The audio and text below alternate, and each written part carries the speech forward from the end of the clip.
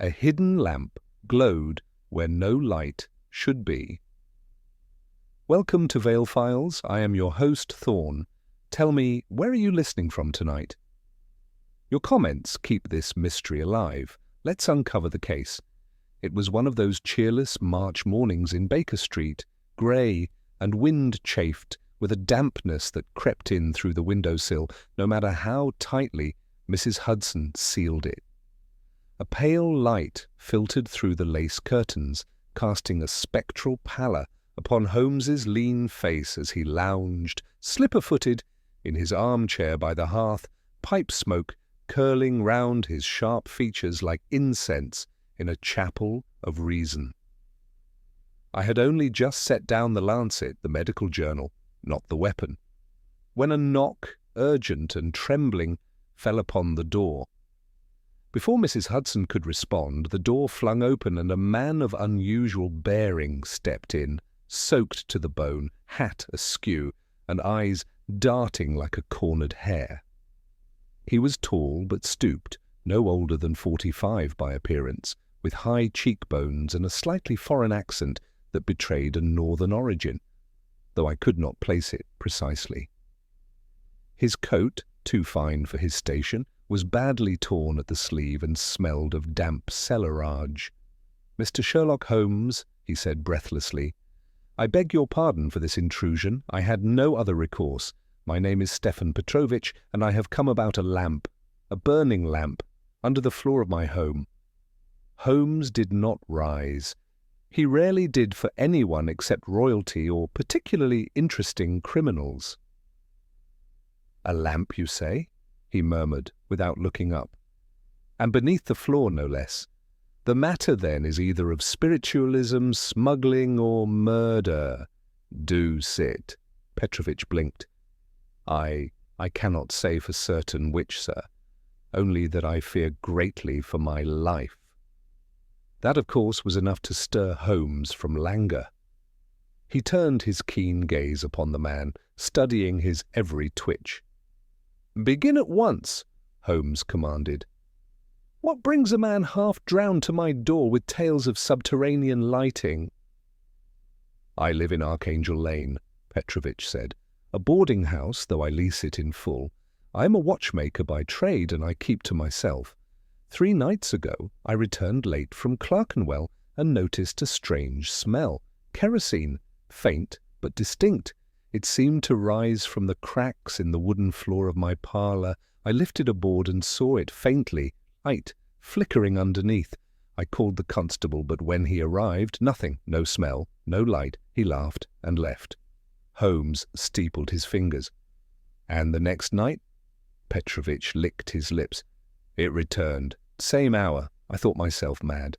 But then yesterday I found something." He reached into his soaked coat and removed a scrap of paper, folded thrice. Holmes took it with care. On the paper was written a single line in Russian script, which Holmes translated aloud without effort. "Your silence is no longer required. The Schwarm floor remembers."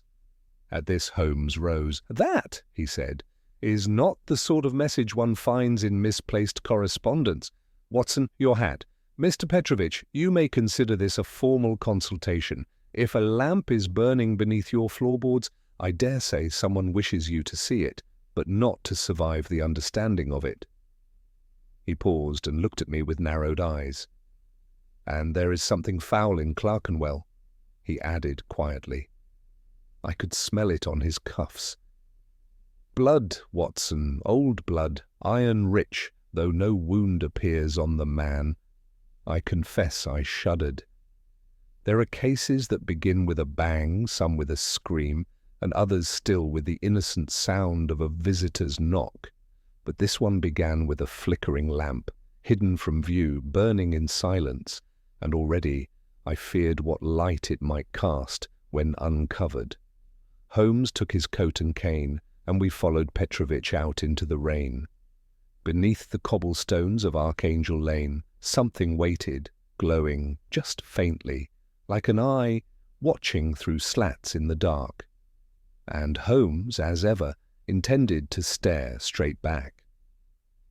It was not long after 9 when we arrived at Archangel Lane, a narrow thoroughfare buried behind the soot-grimed spine of Clerkenwell, where the buildings leaned inwards like conspirators and the air hung thick with coal dust and old smoke.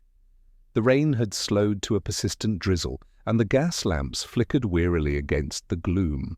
The neighbourhood, though not wholly disreputable, bore that unmistakable aura of fatigue peculiar to streets which have witnessed too many quiet disappearances. Petrovich led us swiftly to his residence, a narrow 3-story structure hemmed between a boarded-up apothecary and an undertaker's shop whose painted glass read, "Always with dignity," though I observed the coffin in the display window had a broken latch. The watchmaker's home, by contrast, bore the hallmarks of modest orderliness. The steps were swept. The brass of the letterbox was recently polished, but there was something unnerving about the curtains in the parlour, drawn tight, though it was now morning. Inside, the air was still. I could smell the faint tang of oil, kerosene, just as Petrovich had described, but it was indistinct, as though someone had opened a bottle hours ago and quickly resealed it.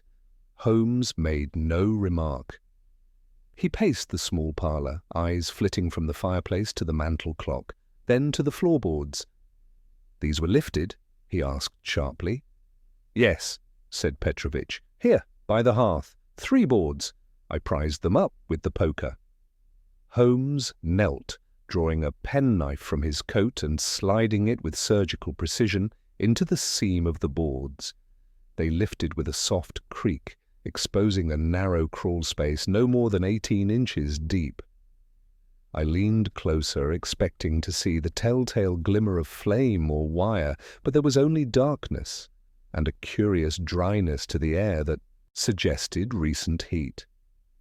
Holmes reached into the space and withdrew something wrapped in wax paper. He peeled it open with care and revealed a shard of burned wick, no longer than my little finger, blackened at one end. "Someone lit a lamp beneath your floor, Mr. Petrovich," he murmured. "But not a common one. This wick is from a miner's lantern, short, durable, and meant to burn bright in close, airless quarters." "A miner's lamp?" I repeated. Holmes nodded, examining the grain of the wick under his glass. "And, more importantly, not one likely to be found in Clerkenwell by accident. Do you have a coal cellar?" "Yes, beneath the back stairs, but I've never kept anything in it." "We shall examine it presently, but first, this note." He retrieved the folded slip Petrovich had shown us earlier and studied the handwriting again. "This ink," he said, "was made with lampblack and gum arabic, crude, homemade. The script is fluent Cyrillic, but the penmanship lacks the formal training of a Russian noble or clerk. I suspect the writer is either self-taught or once educated under duress, perhaps a convict or a conscript."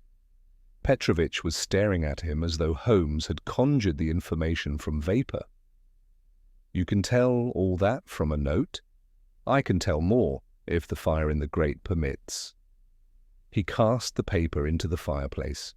The note curled at once and burst into flame, but not before Holmes pointed to a second line, written in lemon juice and only now faintly visible under heat. It read, "The floorboards were the first to betray him."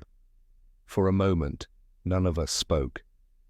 "Mr. Petrovich," Holmes said at last, "you were not born in London, were you?" The man hesitated. "Number 1 was born in Rostov. I came here 12 years ago. I have no family here. I live alone." "And before you were a watchmaker?" "A soldier, briefly, then a clerk." Holmes said nothing, but his eyes sharpened. I saw then that something had shifted in my friend's manner, an increased alertness, a stiffness to the spine that I knew well. Holmes had heard something he did not trust.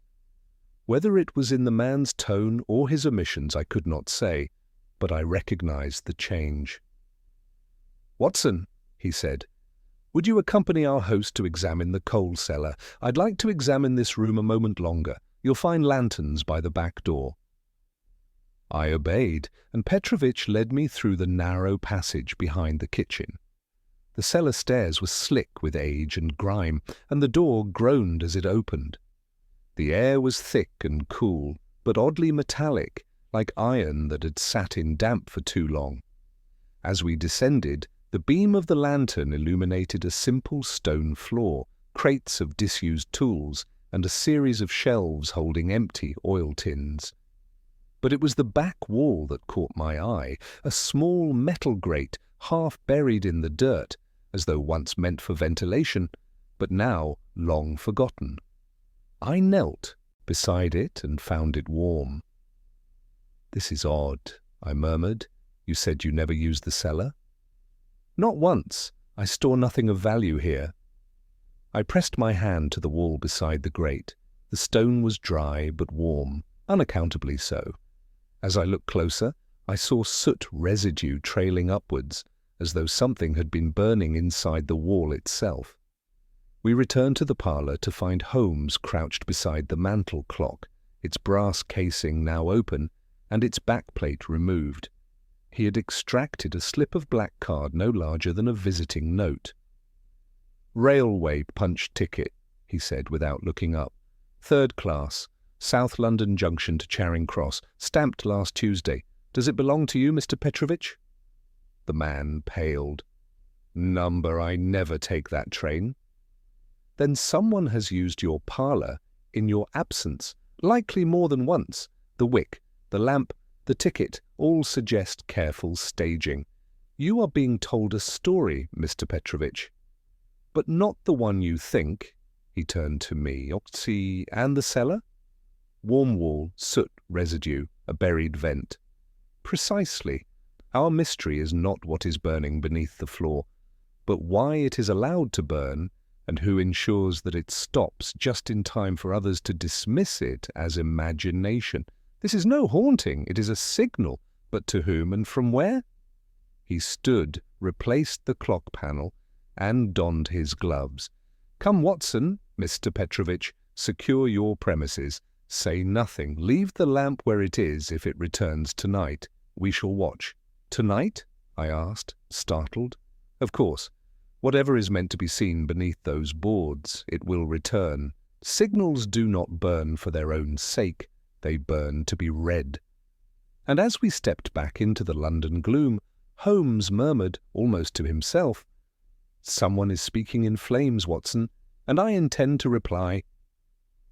The evening was as damp and colourless as the morning, with a fog drifting in from the Thames and curling like smoke along the cobblestones. By 8:30, Holmes and I had taken up our position in a small, dusty room above a disused stable at the rear of Petrovich's residence. The vantage point allowed a partial view of the watchmaker's parlour window, and, more importantly, a narrow stretch of alleyway leading to the coal cellar's side entrance, an entry no longer used according to Petrovich, but one Holmes had insisted must be watched. We had gained access through the kindness of a retired cabman who let his upstairs rooms for twopence a night to harmless sorts, and who asked no questions so long as Holmes refrained from smoking indoors. I had with me a flask of coffee and a pair of field glasses. Holmes had brought nothing but a folded newspaper, which he did not open once. For 2 hours we waited in silence, broken only by the occasional hiss of a passing hansom or the bark of a dog far off in the shadows of Farringdon Road. At precisely 10 o'clock, Holmes stirred and tilted his head as though listening to a distant note only he could hear. "There," he whispered. I followed his gaze. A shadow moved across the alley, a figure hunched and deliberate, keeping to the wall, cloaked in a dark greatcoat with the collar raised. He carried nothing visible, but as he reached the gate to Petrovich's rear yard, he paused, removed a key from his pocket, and entered with practised ease. Holmes's expression did not change. "Not the first time he's done that," he murmured. Look how he avoids the squeaky hinge on the third slat. This man is no burglar. He's been invited at least once. Come, Watson. Quietly. We crept from the cabman's quarters through a narrow side stair and slipped out into the rear alley with practiced silence. Holmes moved with feline precision, and I followed, boots softened by years of trailing him across uneven terrain. By the time we reached the rear of the watchmaker's house, the man had already vanished into the coal cellar. The door stood ajar. Holmes did not hesitate. He drew a small lantern from his coat, an ingenious little device no larger than a pocketbook, and slid it open just enough to throw a pale beam across the floor. We descended. The coal cellar was as we had left it earlier, save for one new detail. The grate at the far wall now glowed faintly, a sickly amber pulse barely perceptible, but enough to draw the eye. Holmes raised the light, and we advanced in tandem. The stranger was nowhere in sight, but the trail of damp bootprints led directly to the vent. Holmes knelt. His hand hovered near the warm stones. "He's done something," he said softly. "Fresh heat, but no smoke, a dry burn." He sniffed the air and nodded. "Alcohol flame, nearly invisible, odorless to most." Then, abruptly, he stood. "He's gone." "Gone where?" I whispered. Holmes turned toward the wall behind us. "That shelf." We crossed the cellar once more, and Holmes inspected a large oak cabinet affixed to the far end of the room. It had seemed to be part of the structure, a mere shelf for discarded tins, but now, with closer scrutiny, one could see faint scuff marks on the floor before it. Holmes slid his fingers along the right edge and found a latch so small and so flush with the wood that even my trained eye missed it. With a press and a tug, the shelf creaked forward on a hidden hinge. Behind it was a narrow tunnel, dark, no taller than a child could walk upright in, yet unmistakably man-made. The bricks were damp, and the air had the musty tang of long-forgotten chambers. Holmes glanced back at me. "We must follow." "You cannot be serious," I said. He raised a brow. "Not for the first time, Watson, and not for the last." We entered the tunnel, stooped low, lantern flickering against walls slick with condensation. It extended for 20 feet before opening suddenly into a small, subterranean chamber. The ceiling was higher here, and the floor, remarkably, was swept clean. At the center of the room sat a folding chair and a wooden crate, and atop the crate was the unmistakable shape of a miner's lamp, its flame now extinguished, but the metal still warm. There was also something else, a piece of fabric, clutched in a nail on the brick wall. Holmes plucked it down and examined it. "A cuff," he murmured. "Torn clean, French linen, blood-stained. See here." He turned it so I could see the embroidered initials. "R.P. Petrovich?" I asked. "Number." The man is far too meticulous to wear fraying linen, much less allow it to be torn and left behind. This was placed here, deliberately. A message again, but we are missing the speaker. He turned suddenly and sniffed the air. I did the same. Smoke. Faint, acrid, and rising behind us. We raced back through the tunnel, lanterns swaying wildly. As we re-entered the cellar, we found it beginning to fill with smoke, not from firewood, but from smouldering straw set alight in the far corner, likely by the man we had missed by mere moments. Holmes darted forward and stamped out the flames with his coat, coughing slightly. "He was here, watching us," he said. And when he realized we had discovered his tunnel, he attempted to erase it. The fire was meant not to consume, but to distract, to cover the sound of retreat. "But where did he go?" I asked, peering into the shadows. Holmes turned toward the rear stair. "Up." We ascended cautiously, Holmes moving faster now, propelled not by fear, but by the scent of truth close at hand. We entered the parlor again, and found it exactly as we had left it. The floorboards remained open, the room silent. Except Holmes walked to the hearth and picked up the mantel clock once more. He prized open the backplate again and slipped his hand inside. This time he retrieved a folded scrap of newsprint. "Watson," he said, "you recall I mentioned South London Junction?" "Yes." He unfolded the paper.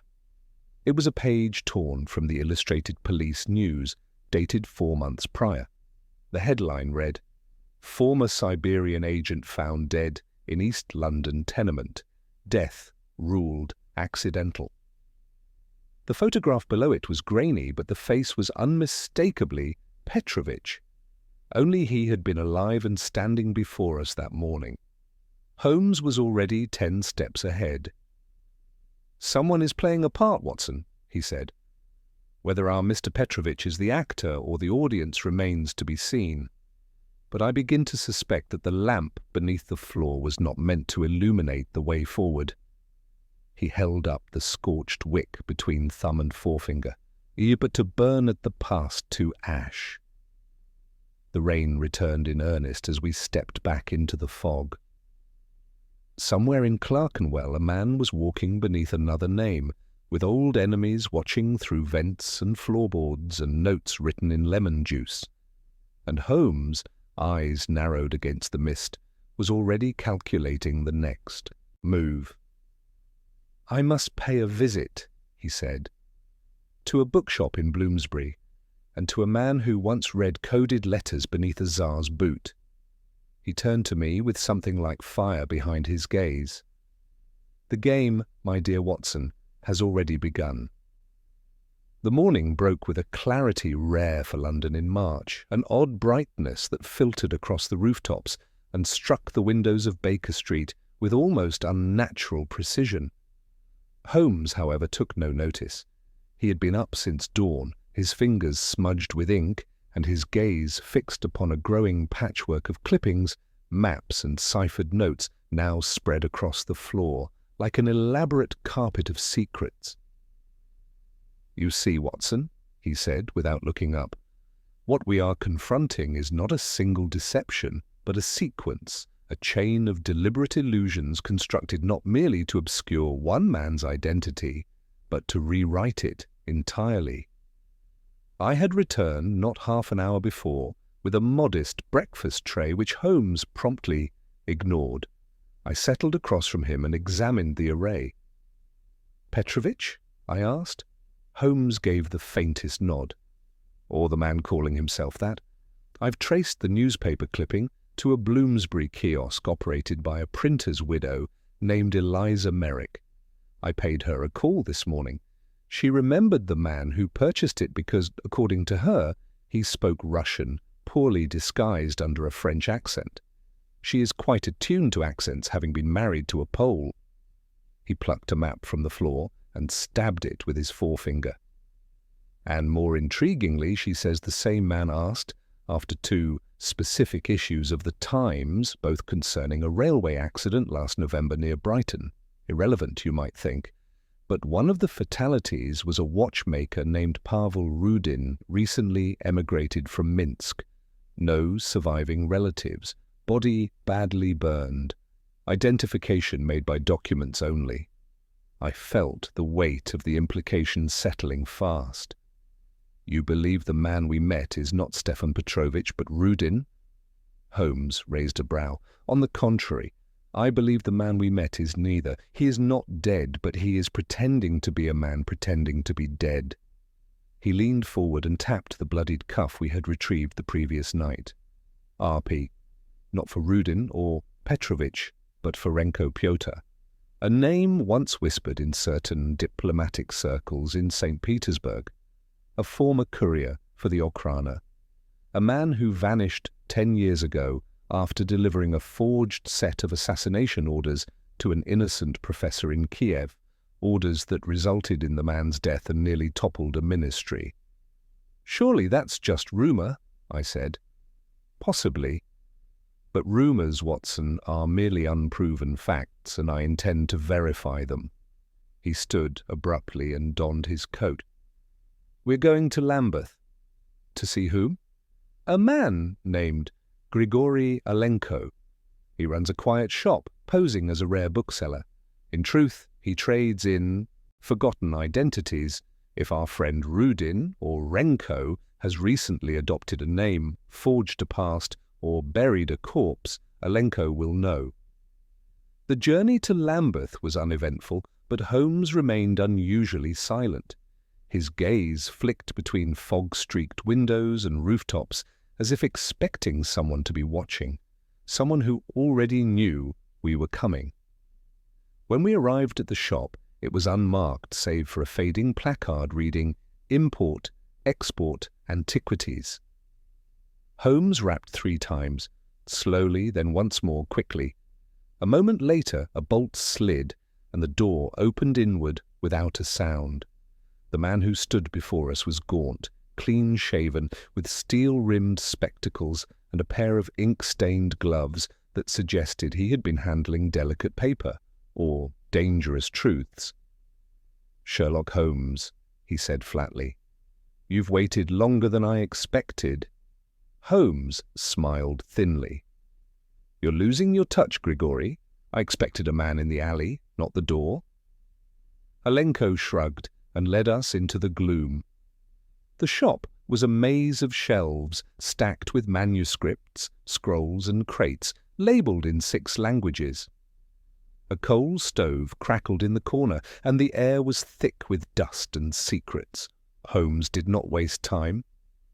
"The man using the name Stefan Petrovich, who is he?" Alenko stared at him, then at me, then back at Holmes. "You've seen him?" "I've spoken to him, watched him lie, watched someone try to kill him." Alenko said nothing for a moment, then opened a drawer beneath the counter and extracted a leather-bound file. He did not hand it over. He merely opened it to the 3rd page and held it out. The image was grainy, but the eyes were unmistakable, cold, calculating, slightly mismatched in size. "Renko Pyotr," Alenko said, "assassin, courier, defector, fled with a handful of blackmail ledgers after the fire at the Winter Archives, disappeared en route to Marseille, believed dead by his own employers." "And now?" Holmes asked. "Now?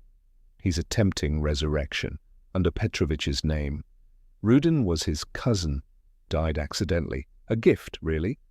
Renko took his identification papers and constructed the rest. He's weaving a new history, but someone has found him, someone who knows." Holmes nodded. "The lamp beneath the floorboards, the messages, the blood, a warning," Alenko said. "A reminder that the past is not so easily buried. Someone wants him to know they're close, and that they remember everything." "Who?" I asked. Alenko's mouth twisted. "I don't know, but if I were him I'd be afraid. Not of being exposed, of being hunted." Holmes was quiet for a moment. Then he said, "Thank you," and turned to leave. But Alenko raised a hand. "One more thing." He pulled a folded envelope from his coat and handed it to Holmes. "This was delivered 2 days ago. No return address, only your name on the front. I held it. I assumed you'd come." Holmes took the envelope without a word. We left the shop, and once we were in the street, he tore it open with one clean motion. Inside was a single sheet, blank at first glance, until he held it to the street lamp. The writing appeared slowly, again in lemon juice. It read, "You have opened his floor. Now open his mouth, before the lamp is lit again." Holmes stared at the words for a long time. Then he folded the paper and tucked it into his coat. "Come, Watson," he said. We returned to Clerkenwell. This time I asked the questions. "And if he lies?" Holmes did not answer, but I saw the resolve harden in his jaw. Whatever mask the man in Archangel Lane wore, Holmes intended to tear it away, word by word, until only the truth remained. As we climbed into the waiting cab, the fog closed around us again, thick and silent. Somewhere ahead, a man lived under a name that did not belong to him, in a house where light burned from beneath the floor. And now Holmes, eyes sharp, voice quiet, was preparing to strike the match that would bring every hidden thing into view. By the time we returned to Archangel Lane, the fog had thickened to a dense veil that clung to the brick facades and muffled the sound of carriage wheels like a conspirator holding its breath. The gas lamps flickered dimly, their halos reduced to pale smudges in the air, and the windows of the watchmaker's house glowed faintly through the gloom, like eyes straining to see through sleep. Holmes did not knock this time. He walked directly to the door and let himself in with the small iron key Petrovich had given us the day before. The latch gave without resistance. Inside, the parlour was in darkness, save for the embers in the hearth, which pulsed weakly with the final breath of an earlier fire. The air was still and quiet, but not undisturbed. The poker had been moved. The armchair faced the window now instead of the grate. He was waiting for us. Petrovich, if that name still served, rose slowly as we entered, his face caught half in shadow, the other half lit by the dying glow of the coals. He looked older than he had the day before, not merely tired, but spent, as if the breath he drew now cost him more than it gave. "You have returned," he said simply. His voice was calm, but something in his eyes faltered. Holmes closed the door behind us and removed his gloves without speaking. Then, folding them carefully into his coat pocket, he turned and studied the man before him with the same attention he might offer a rare specimen under glass. "Yes," he said at last, "and so, I suspect, has your past." Petrovich said nothing, but he did not sit. "You chose the name Stefan Petrovich because it was already familiar to you," Holmes went on. "Because it offered shelter, like a coat found on a corpse still warm. You buried your cousin Pavel Rudin under false credentials, assuming no one would ask questions, and for a time no one did. Still the man said nothing. But you miscalculated. You assumed your enemies had forgotten you or had perished in the purges. You believed your sins, once smuggled across borders and oceans, would dissolve in the London fog like breath on a mirror. And now you see they have not." Holmes stepped closer, his voice low, almost gentle. "Renko Pyotr, courier, assassin, defector, you vanished 10 years ago after delivering falsified orders that condemned a man to die. And those orders did not disappear, nor did the names in the ledgers you took with you." The name struck its mark. The mask twitched. Still he said nothing, but Holmes had seen the crack. "I don't need a confession," Holmes said. "I've spoken to Alenko. I've read the clippings. I've walked the tunnel beneath your house, examined the lamp, the message, the torn cuff. But what I don't yet know is who has found you, who lit that flame beneath your floor, not to kill you, but to remind you." Now there was movement. Pyotr's eyes narrowed, and his shoulders stiffened as though resisting a tremor. "You've built your new life well," Holmes continued. "The neighbors know you as a quiet man. You pay on time. You repair watches with skill. You attend church on Sundays but speak little. You've created a shell of harmlessness. But someone has begun to chip at that shell, not to expose you to the police, but to the others, those who do not write letters of arrest. They write names." Finally, he spoke. "I have no enemies," he said, but the words lacked conviction. Holmes nodded. "Then you are a fool. A man who betrays kings and revolutionaries alike has no shortage of enemies. They simply wait for the right moment." There was silence for several heartbeats. Then Pyotr sighed and sat down slowly, as though an invisible burden had descended across his shoulders. "There were letters," he said at last, the accent now thick where it had once been carefully trimmed. Dozens of them. Names, movements, paymasters, codes. I did not know their full value until it was too late. When I fled, I thought to sell them, to trade for a new life, but no one would touch them. They were too dangerous, so I destroyed them. But someone thinks otherwise, Holmes said. Someone thinks you still have them. Pyotr nodded once. I began receiving messages 2 weeks ago, no names, just phrases. The lamp was the first, the wick left burning. Then the note, then the blood. Holmes narrowed his eyes. So you admit the blood on the floor was no accident? No. He hesitated. I returned home 3 nights ago and found the floor lifted again. There was a trail, small droplets, leading to the cellar, but no body, no attacker. Only that cuff, nailed to the wall, as though left as a signature. A calling card, Holmes said softly. Someone wants you to know they were there, that they can return at will.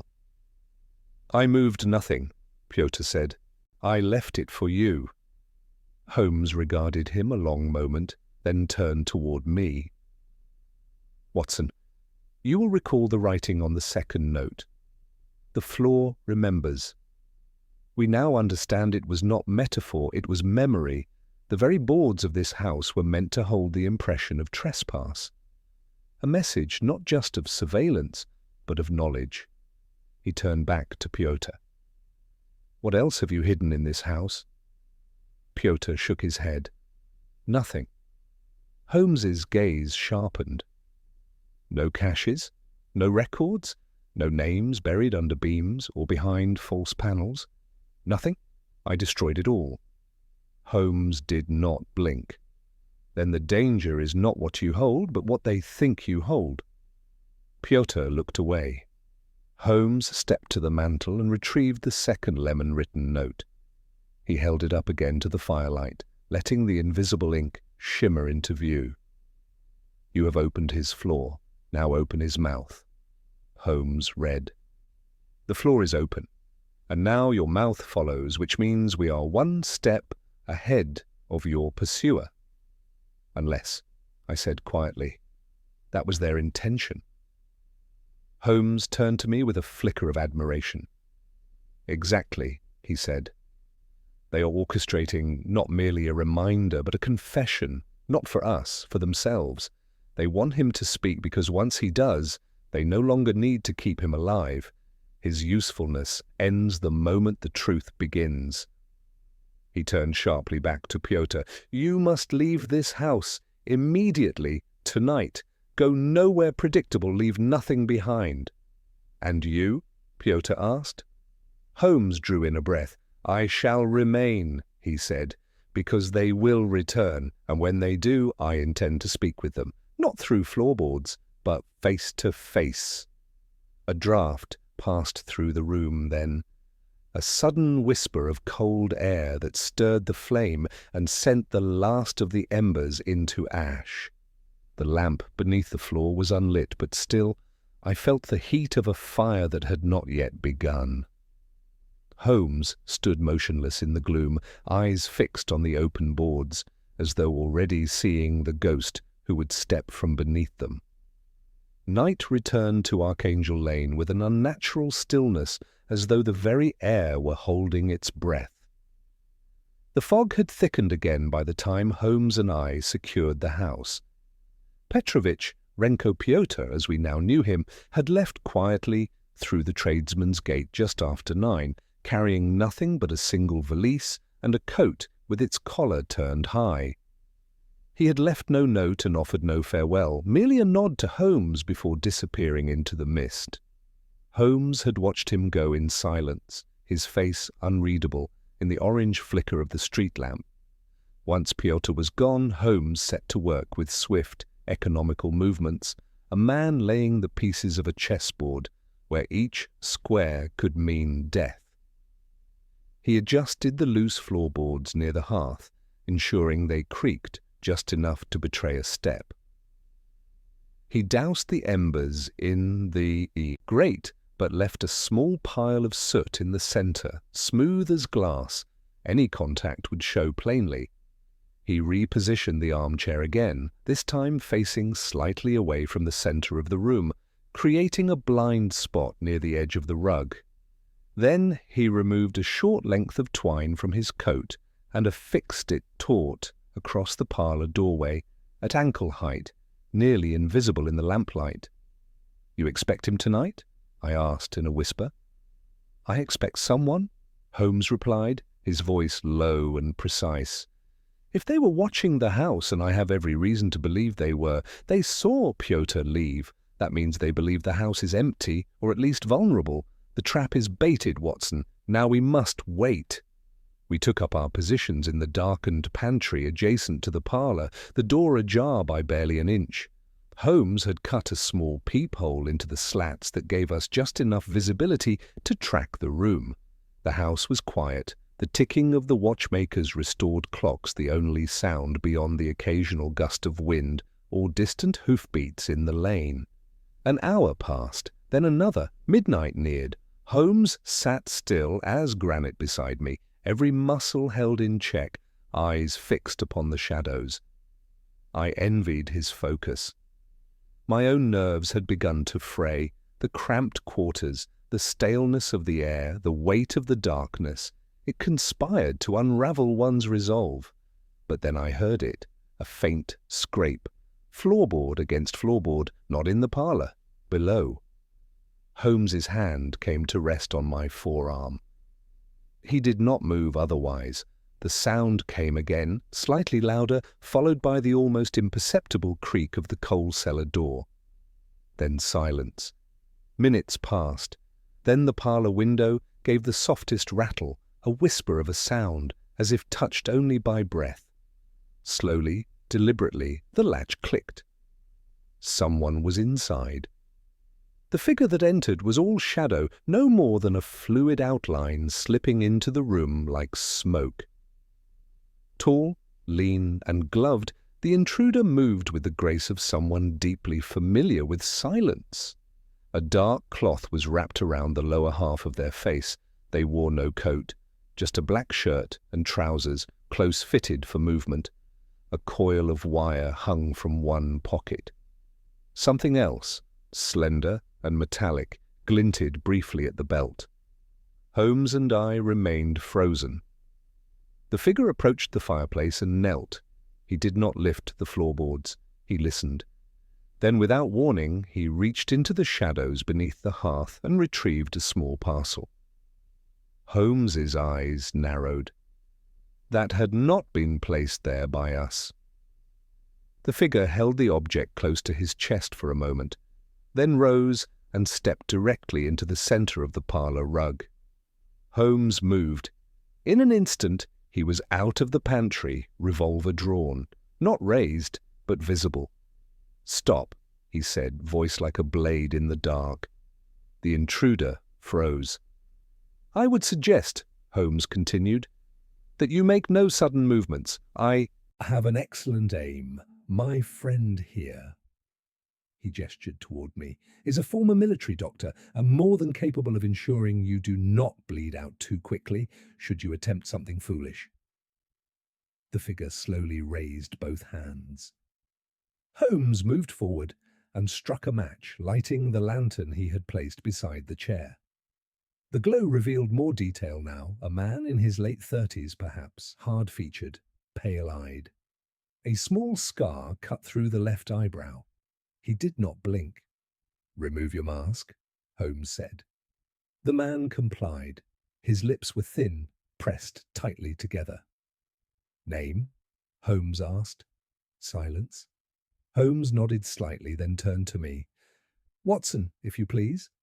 I moved forward and retrieved the parcel the man had taken from beneath the floor. It was wrapped in oilskin, no larger than a book. Holmes took it from me and peeled it open. Inside were pages, aged, brittle, and handwritten in tight Cyrillic script. "The ledger," Holmes murmured. He did keep it. The intruder's eyes flicked toward the book, then back to Holmes. Still he said nothing. Holmes regarded him coolly. You've come for this, then. I assume you are the hand behind the wick, the note, the cuff. You hope to frighten Renko Pyotr into speech, or perhaps into revealing the location of this document. You left a trail so precise it bordered on theatrical. Still nothing. I'll hazard a guess, Holmes continued, circling slowly. You were once part of the same order, maybe even the same cell. You knew what he stole, you knew what it meant, and you've waited all this time to retrieve it, to erase him and anyone else who might connect the names. But you didn't count on him running. The man shifted slightly, weight on his back foot. Don't, Holmes said sharply. You'll find I'm less poetic with a bullet than you are with lemon juice. Finally, the man spoke. His voice was low, coarse, with disuse or discipline. You have no idea what that book contains. Holmes raised an eyebrow. I don't need to. I only need to know who wants it. You should burn it, the man said, for your own sake.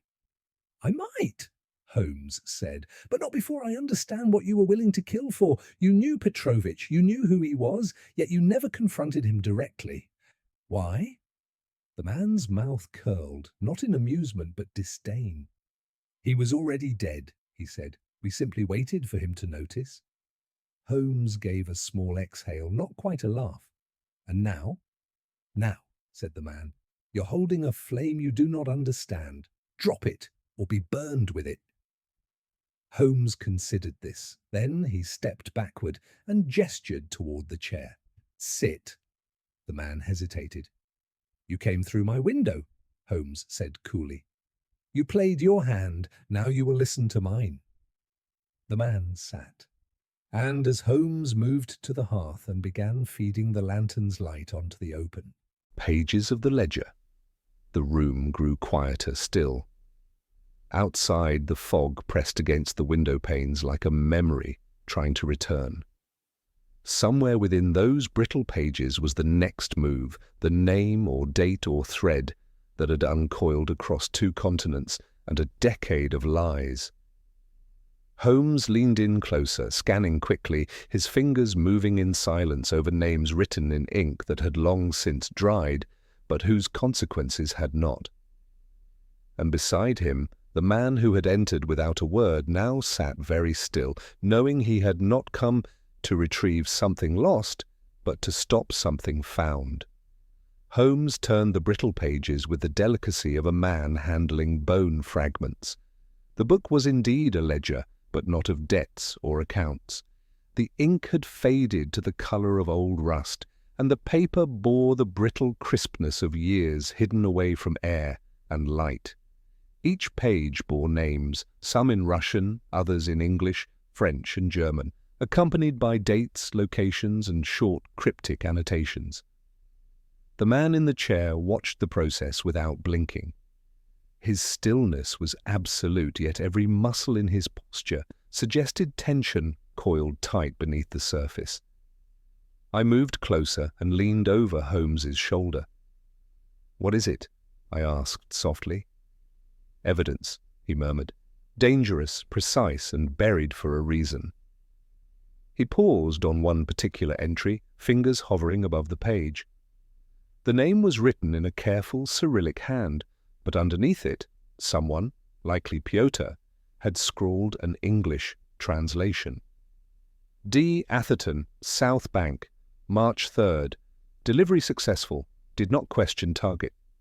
Holmes stared at it a moment longer, then turned to the intruder. "Who is Atherton?" he asked quietly. The man did not answer. Holmes closed the book as though the conversation were now in his hands, not the ledger's. "You left your signature in blood, in fire, in threats veiled by code. But what you failed to realize is that this book is no longer about Pyotr or the men he betrayed. It's about you now, about what you were willing to do to keep these names from breathing air again." He turned toward Hami.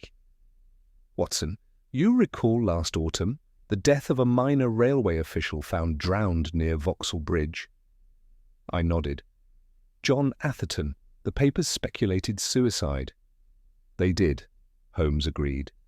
But Lestrade quietly noted bruises around the throat inconsistent with drowning.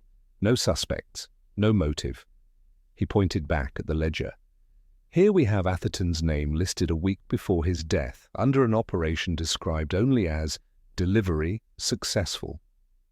If the entry is accurate, he participated in something he shouldn't have, and someone ensured his silence. The man in the chair shifted slightly, but still said nothing. Holmes's voice dropped lower. This is no longer merely the tale of a vanished courier.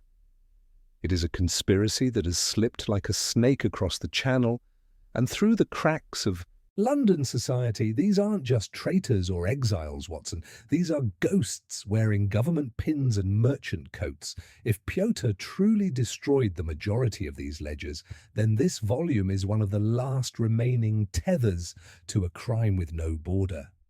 He turned back to the man. And you are no mere hunter. You are a cleaner. Not here to retrieve the book, but to assess the threat it poses and, if necessary, to neutralize it. The man's jaw tightened. Then finally he spoke again. You think you understand the scale of what you've opened? I understand enough, Holmes replied coldly. Enough to know you are not working alone, and enough to know this house will not be safe come morning. I moved toward the window, drawn by a sudden instinct, and pulled aside the curtain just enough to glimpse the street. I saw a shadow detach itself from the alley opposite, tall, cloaked, and motionless. A watcher, possibly more than one. We're being observed, I said. Holmes nodded. Of course we are. The moment Piotr fled, the game shifted. The cleaner was meant to ensure the ledger never resurfaced. Now it has. The balance has tipped. He moved swiftly, gathering the scattered pages and sliding them back into the oilskin. To keep this safe, we cannot keep it here, he said. And we cannot involve Scotland Yard, not yet. Too many eyes, too many ears. He turned to the man. You will remain seated. Move, and Watson will ensure you don't stand again. We have your scent now. We can find you again. But for the next hour, your life depends on silence. The man said nothing, but his stillness returned. If he feared Holmes's threat, he did not show it. If he knew what would come next, he kept it well hidden. We left through the rear, slipping into the night like fugitives, the parcel pressed close to Holmes's chest beneath his coat. The fog was thicker now, and the air had the bitter tang of coal smoke and river damp. We kept to the shadows, moving swiftly through alleys and side streets, Holmes navigating with instinct more than sight. At last, we reached the back entrance to a modest tobacconist's shop off Chancery Lane. Holmes knocked 3 times, waited, then knocked twice more. After a moment, the door creaked open and a hunched man in spectacles peered out. Without a word, Holmes handed him the oilskin package. Locked safe, number 6, tonight only, Holmes said. The man nodded, took the bundle, and closed the door. Who was that? I asked as we turned away. A favour repaid, Holmes said simply. And one I do not care to explain. The ledger is safe for now. Tomorrow I will dissect it properly. Tonight we must finish this. You mean the intruder? No, Holmes said. I mean the audience. Whoever is watching that house from across the lane, they are the next link. The cleaner is just a tool, but the observer chooses where the blade strikes.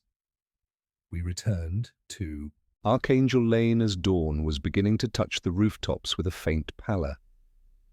The watcher across the street had not moved. Holmes approached slowly, deliberately, as if meeting a familiar adversary at the edge of a battlefield. The figure did not flee. It was a woman, middle-aged, draped in a heavy travelling cloak, her gloved hands folded before her like a mourner in a graveyard. Her face was sharp-featured, pale, and striking. She met Holmes's gaze with the composure of someone used to speaking last in every conversation. "You have it?" she asked. "I had it," Holmes replied. "And I may still, but first I would like to know why you followed Pyotr halfway across Europe only to haunt his walls like a ghost." She tilted her head. "Because I wrote the names in that ledger, every one of them, and because some were never meant to be remembered." Holmes's eyes narrowed. "Then you are the author, not the avenger." "I am the archivist," she said. "And archivists, Mr. Holmes, do not enjoy being read." She turned and began to walk away. Holmes did not follow. He stood very still, watching her until the fog took her shape and returned the street to silence. At last he spoke. "The ledger was not just a list, Watson. It was a confession, and now we know who it belonged to." "And what now?" I asked. Holmes looked back at the house. "Now," he said, "we wait for someone to deny everything."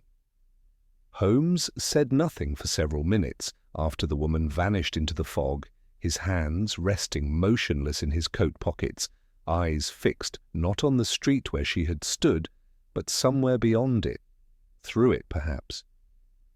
I had seen that look before, often when we were on the very edge of something perilous, when Holmes sensed the presence of the final veil yet to be pulled away.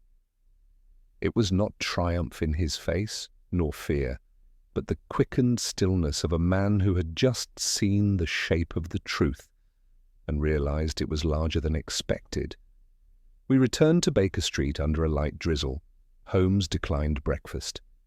Instead, he lit a fresh pipe and paced before the fireplace, the soles of his slippers brushing faintly over the rug.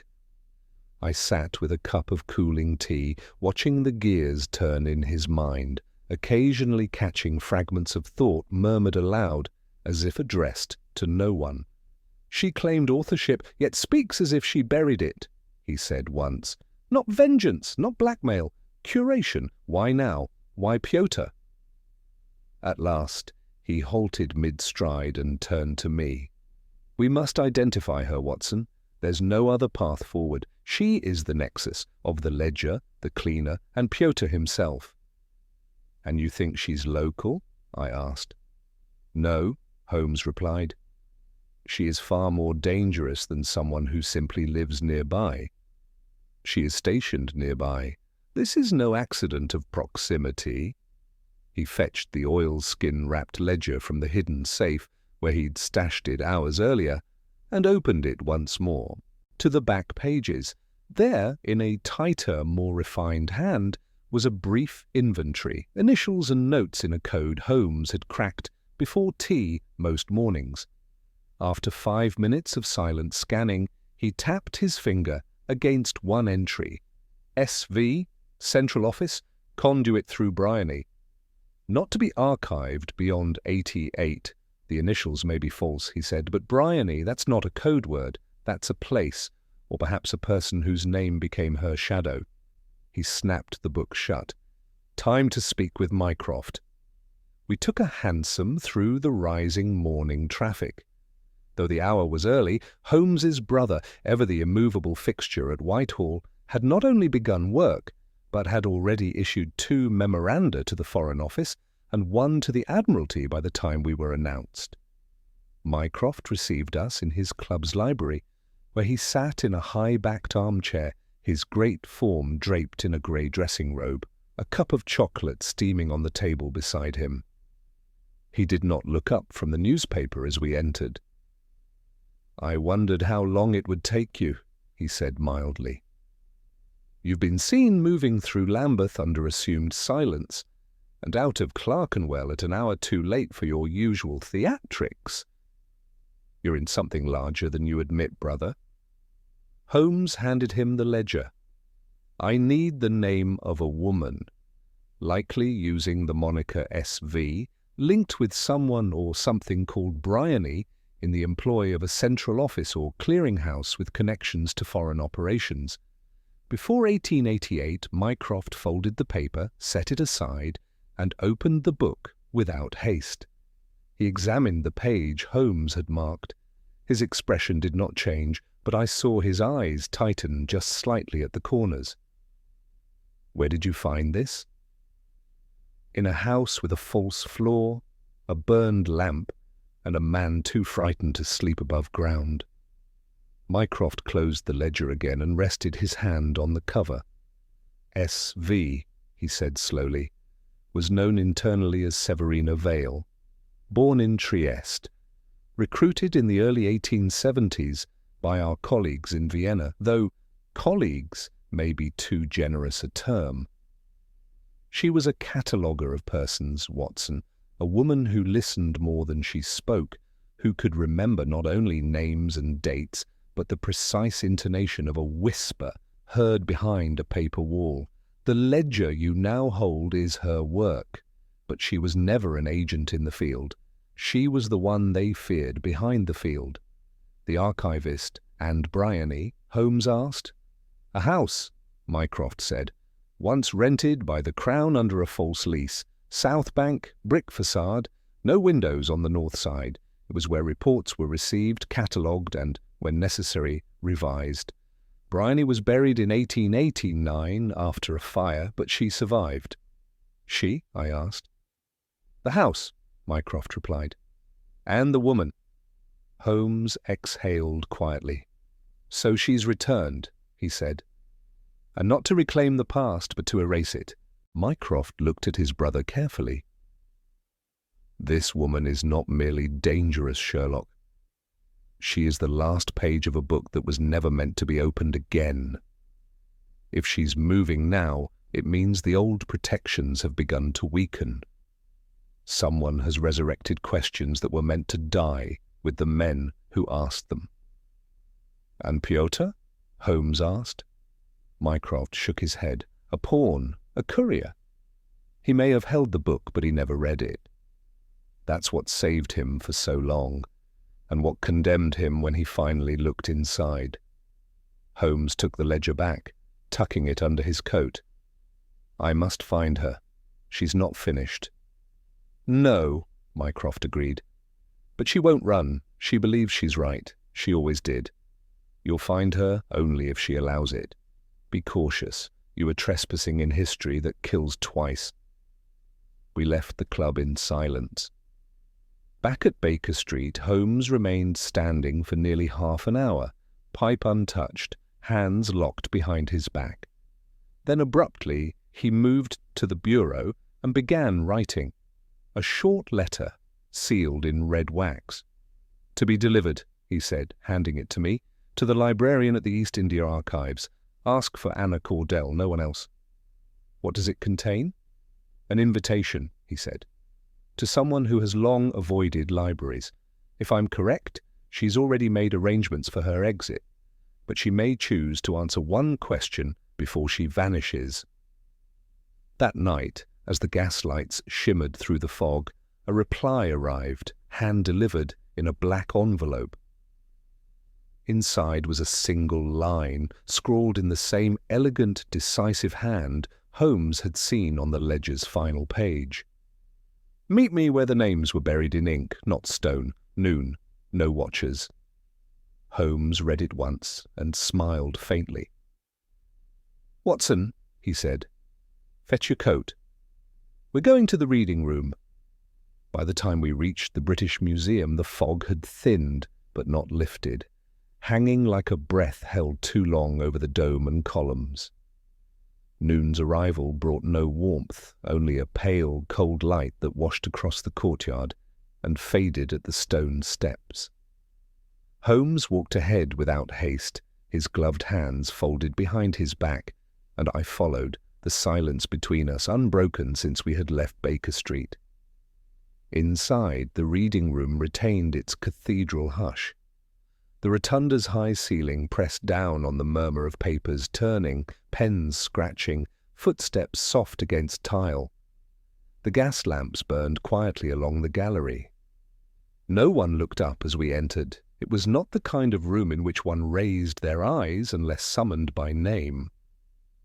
Holmes led us past rows of desks to a central table beneath the dome. One woman sat there, alone, unmoving. Severina Vale did not turn as we approached. She was dressed in charcoal grey, high collar, long sleeves, every detail exact. Her hat bore no decoration. Her gloved fingers rested upon a closed book, thin, leather-bound, unmarked. It might have been mistaken for a prayer book, if not for the faint smudge of ink along the edge of her right thumb. Holmes took the chair opposite her without speaking. I remained a few paces behind, unobtrusive, but close enough to hear. The silence between them stretched for a long moment, and when she finally spoke, her voice was low, refined, and deliberate. "You came without the ledger." Holmes inclined his head slightly. "I saw no reason to bring it. You've memorized it." "That's not the point," she replied. "The point is that it's not where I placed it, which means it's vulnerable. Everything is now." "You could have burned it yourself," Holmes said. "I could have, and perhaps I should have. But once the truth is named aloud, it resists fire." Holmes folded his hands on the table. "Why now?" Her eyes met his for the first time. They were not hard, nor pleading, only tired, ancient. Because the structure has begun to tremble, the arrangements that once held everything in place, silence, allegiance, distance, have eroded. Your world moves faster now. Files can be copied. Names can be spoken aloud without consequence. I spent 30 years cataloguing dangers, Mr. Holmes, but I never thought time itself would become the most dangerous of all. "You watched Pyotr," Holmes said. "You haunted his house, left notes beneath the floor. Why not kill him outright?" Her reply came without pause. "Because his fear was more valuable than his death. He had to remember why he'd run. He had to read his name in your eyes and understand what it meant. I needed him to recall." "And then what?" "Then he was to disappear again, but you arrived." Holmes allowed himself a faint smile. "I've often been accused of unfortunate timing." She said nothing to that. "You wrote the ledger," he continued. "Why preserve it if its contents endangered so many?" "I preserved it," she said softly. "Because someone had to. Because one day one of those names might be whispered again in the corridors of power, and someone would have to know what they once meant." Holmes studied her. "And if someone opens it tomorrow and speaks those names aloud?" "Then there will be no more corridors, only shadows." There was something about the way she said it that chilled me more than any threat I'd heard in Holmes's many cases. Not a prediction, a verdict. "You are not merely afraid of the past," Holmes said slowly. "You are afraid that it has waited, that the structures it created are not truly gone, but buried, and now the earth is shifting." She nodded. "And the fault line lies beneath people like Pyotr, small men who once carried dangerous truths inside their coats. If even one of them speaks at the wrong moment..." Her voice trailed off. Holmes leaned forward slightly. "And you believe I'm one of those moments?" "No," she said. "I believe you are the last person who might prevent the next one." They sat in silence again. Around us, the quiet life of the library continued. Pages turned, boots shuffled, a cough echoed beneath the dome. Finally Holmes spoke again. "There is a name in the ledger, not a politician, not a foreign agent, a child, 11 years old in 1887. SK, observed at handoff, untested, not cleared for citation." "Why was it written?" Severina Vale's hands closed around the small book before her. "Because that child's father was a courier, because that child overheard something he should not have, in the middle of a coded exchange between two men who no longer exist. He repeated what he'd heard in his sleep, and someone wrote it down." Was the child silenced? She looked up at him again. He was relocated, raised under another name, given a life. "And if he ever speaks again?" She did not answer. Holmes sat back. "The past you built was not a wall, it was a dam. And now the cracks are forming. You can't threaten a world that already leaks." "That's why I called you," she said. You're not a man of the past. You cut through it. There was something strange in the way she looked at Holmes then. Not admiration. Something closer to recognition. Holmes stood. "You will not be followed," he said. "The ledger is safe, but not buried, and you will not control how it is read." "I never wanted to," she said quietly. "You did once." He turned without waiting for a reply. I followed him past the domed arches and into the light of the rotunda. Outside, the fog had finally begun to lift. The wind carried with it the scent of wet stone and ink and something older still, something beneath all that. The kind of silence that doesn't erase, but records. Holmes said nothing until we had reached the street. "She's not finished," he said finally. "But she's told us everything she can." "Will there be consequences?" I asked. "There always are," he said, "but they will fall elsewhere first." "And Pyotr?" Holmes glanced back once toward the museum dome. "He will remain a ghost. If he has any sense, he already is." We walked on. In my years beside Holmes, I saw many crimes solved, many riddles made plain. But there were others, cases like this, where the solution was not a name or an arrest, but a shadow outlined briefly in light before vanishing again, where the danger did not wear a face, but a memory. And sometimes the only victory was knowing where the ledger had been, and why the ink had been allowed to dry. We returned to Baker Street under a sky scraped clean by wind, the last remnants of fog curling into shadows beneath the eaves of shops and doorways. It had not rained, but the streets bore that sheen of cold dampness peculiar to London, neither clean nor dirty, simply unsettled, as if the city itself were trying to forget something it had once known too well. Holmes removed his overcoat in silence and settled into his chair without a word. He did not reach for his pipe, he did not speak, only stared into the empty hearth where the ash from the last fire had settled into grey stillness, the memory of flame without the flame itself. I sat across from him and waited. Minutes passed. Then at last he said, "Do you recall, Watson, the case of the Musgrave ritual?" "Of course," I said. "One of our earliest, before even the sign of 4. He nodded absently. "I think often of that case, not for the treasure, nor the riddle, but for the dust. The notion that something could lie buried so long beneath a house, beneath generations, and still remain potent. Still draw blood." He leaned forward and clasped his hands loosely, eyes never leaving the grate.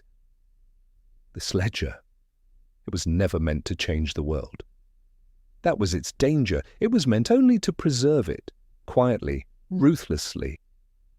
It was not a threat, but a tool for those who knew what to do with silence."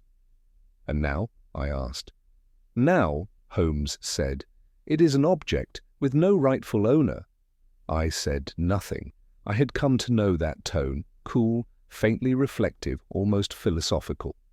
Holmes spoke that way only when the case had cut beneath the surface, when it had struck something not quite definable by evidence or logic, but real nonetheless, a residue of truth. "I have locked the ledger away," he continued. "Its contents will remain sealed, unread, unspoken, for now." "For now?" I asked gently. "Until someone makes the mistake of needing it," Holmes replied. He stood then and crossed to the window, drawing back the curtain just slightly. The view was unremarkable. Rain-darkened roofs, a milk cart rattling down the lane, a dog nosing through rubbish. Still he studied it as though expecting to see a name among the chimney pots. "Severina Vale will vanish," he said. "As archivists do, that is her final page. No confrontation, no arrest, only absence. And Pyotr? He will do what ghosts do best," Holmes said, "disappear into the places between official stories." "And the man in the chair?" I asked. The cleaner? Holmes gave a faint smile. He was released and warned, the kind of warning that carries more weight than prosecution. You think he'll speak? No, Holmes said. He's not the type, but others may not be so silent. He let the curtain fall and returned to the center of the room. The danger of documents, Watson, he said quietly, is that they remember better than people do. You can burn them, bury them, redact them, but they wait. They wait for someone curious or reckless or well-intentioned, and then the past breathes again. He sat back down, his tone now softer. We were not meant to open that floor, nor that book, but the moment Petrovich lifted those boards, the sequence began, not by malice, by memory. And memory, he added, is the one crime that leaves no statute of limitation. Outside, the day went on. The gasmen passed, the children shouted at hoops in the alley, and the postman brought nothing of interest. Life resumed its rhythm. But in the quiet between those moments, I found myself haunted by the image of a book with no title, written in 4 languages, hidden beneath a watchmaker's hearth. A book not meant to be read, only remembered. Holmes opened the ledger once more, just briefly, as if testing its weight in his hands. He turned to one of the final entries, tapped it once with his finger, then closed it for good. I believe, he said, that truth does not always require a conclusion. Sometimes it only requires a custodian. He placed the book into the hidden drawer of his bureau and locked it. Come, Watson, he said. You've missed lunch, and I've missed the taste of something unambiguous. Let us go find a steak too honest to carry a secret.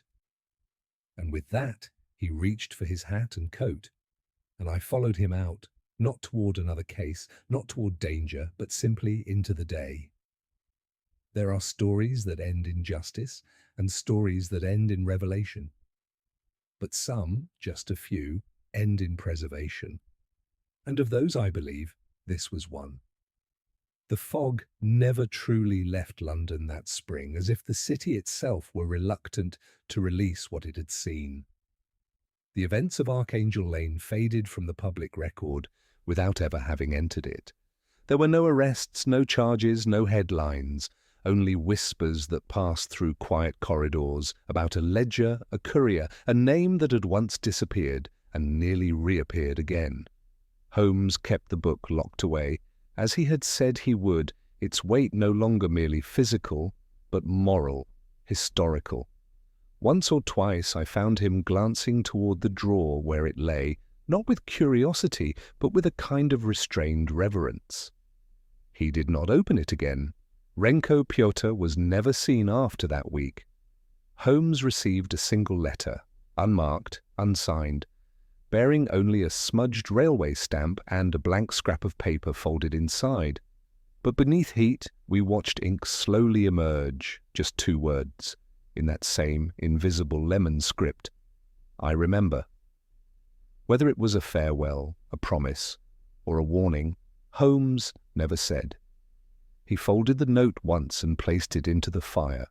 The woman who called herself Severina Vale vanished as thoroughly as she had appeared.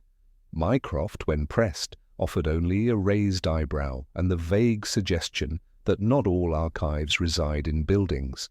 Some live in the minds of people who long ago forfeited citizenship for certainty. Of the cleaner, our midnight visitor, there was no trace. Holmes believed he had been reassigned elsewhere, that his role had always been surgical, not personal. Tools are seldom punished, they are reused. What remained was something harder to define, a shifting of air, a rearrangement of shadows. We had not uncovered a criminal in the traditional sense, but something more elusive, a history that refused to stay buried. The case had begun with a burning lamp beneath the floorboards, but in truth the flame had never been meant to illuminate, it had been meant to lure. And it had worked, not because Holmes had taken the bait, but because he had followed it not into the fire, but through it. As for myself, I found no comfort in its resolution, if that is the word, but I did find understanding that there are truths one cannot solve, only safeguard, that some mysteries are not puzzles but warnings. In the days that followed, I asked Holmes once what he thought would happen to the names inside that book. He did not answer immediately. Then, in that clipped, thoughtful tone I had come to know so well, he said, "History is the only detective that leaves no fingerprints, but it always knows who to watch." And that, I think, was all he needed to say. So the case of the lamp that burned beneath the floorboards passed not into our published accounts, but into memory, quietly, precisely, and, like the ledger itself, intentionally. We had not solved it. We had survived it. And perhaps in this instance, that was enough.